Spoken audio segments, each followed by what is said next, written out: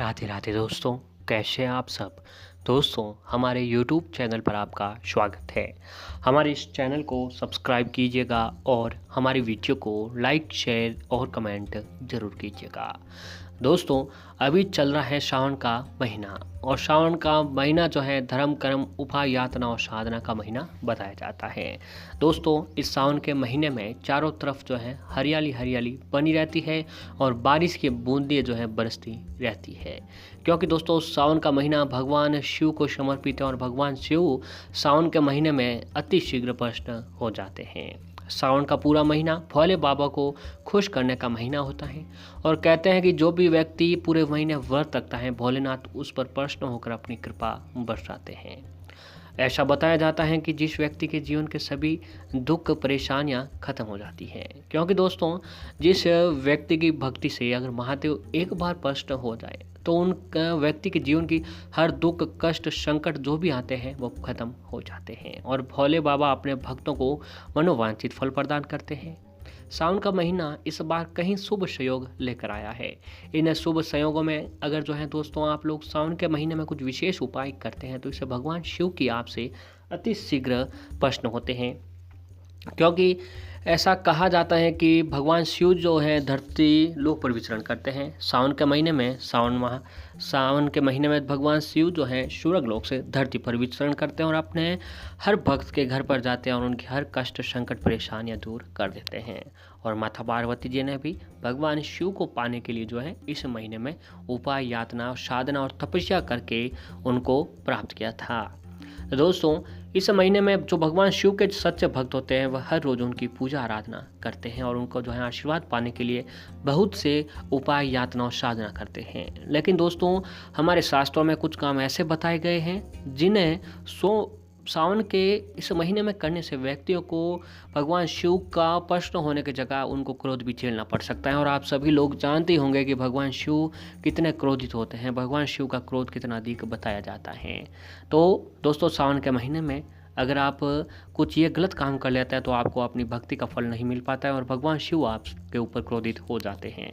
तो आज की इस वीडियो में हम आपको कुछ ऐसे ही काम बताने जा रहे हैं जिन्हें आपको इन महीने में नहीं करने चाहिए।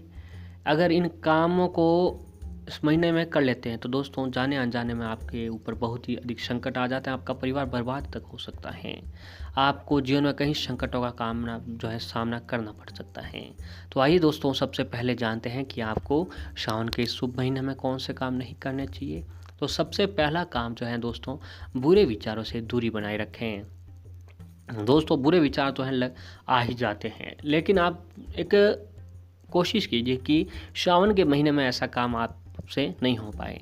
वैसे तो हमेशा बच्चे विचार मन में रखने चाहिए, अच्छे विचार हमेशा आपको मन में रखना चाहिए, लेकिन ख़ास तौर पर सावन के महीने में बुरे विचारों से आपको दूरी बनानी चाहिए। जैसे किसी को नुकसान करना, ऐसा करने की योजना बनाना, किसी के बारे में गलत सोचना। इस महीने में स्त्री के लिए बारे में गलत सोचना भी महापाप बताया गया है। वैसे तो दोस्तों आपको कभी किसी स्त्री के बारे में, महिला के बारे में गलत नहीं सोचना चाहिए। अगर आप जाने अनजाने में सावन के महीने में ऐसा काम कर लेते हैं तो दोस्तों आपको महापाप हो सकता है। शिव आपके ऊपर क्रोधित हो सकते हैं, क्योंकि भगवान शिव की कृपा उन्हीं जातकों पर बनती है जो जातक जो है महिलाओं का सम्मान करते हैं। तो आप सावन का महीने में महिलाओं को सम्मान कीजिए। वैसे आपको हर महीने महिलाओं को सम्मान करना चाहिए, इससे आपको सभी देवी देवताएं प्रसन्न होते हैं। अगला है कि दोस्तों सुबह देर तक ना सोएं। वैसे तो आपको कभी भी सुबह देर तक नहीं सोना चाहिए। सूर्योदय से पहले उठकर आपको जो है उपाय यातना साधना तपस्या के लिए बैठ जाना चाहिए। पूजा के लिए सुबह सबसे अच्छा रहता है, इसलिए सावन के महीने में जल्दी में बिस्तर छोड़ देना चाहिए। यदि देर तक सोते रहेंगे तो आपका आलस्य बढ़ेगा और सुबह जल्दी उठने से वातावरण का स्वास्थ्य लाभ भी आपको मिलने लगेगा। और सुबह जल्दी उठकर भगवान शिव का स्मरण करें, भगवान शिव का नाम लें, भगवान शिव के समक्ष कुछ काम जरूर करें, उपाय करें कि जिससे आपकी किस्मत आपका साथ देने लग जाए। क्योंकि भोलेनाथ श्रावण के महीने में धरती पर विचरण करते हैं और आप अगर सच्चे दिल से सच्चे मन से भगवान भोलेनाथ को पुकार लिया तो भगवान भोलेनाथ आपके द्वार दौड़े चले आएंगे।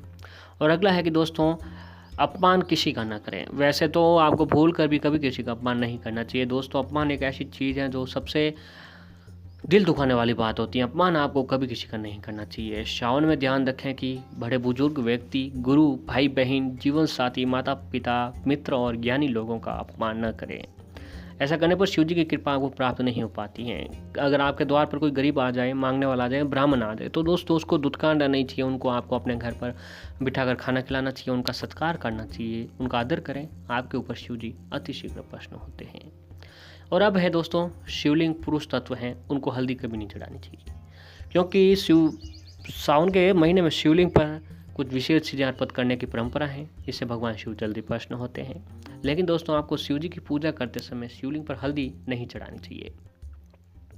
हल्दी स्त्री से संबंधित वस्तुएं और शिवलिंग पुरुष तत्व से संबंधित है, तो ये शिव जी का प्रतीक है। जलाधारी पर हल्दी नहीं चढ़ानी चाहिए।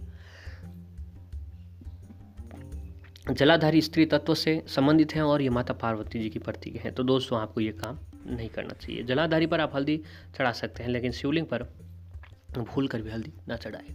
अगला है दूध से दूरी बनाए रखें। इस सावन के महीने में दूध से परहेज करें। यही कारण है कि इस दूध का अभिषेक, शिव का अभिषेक दूध से करने की परंपरा है।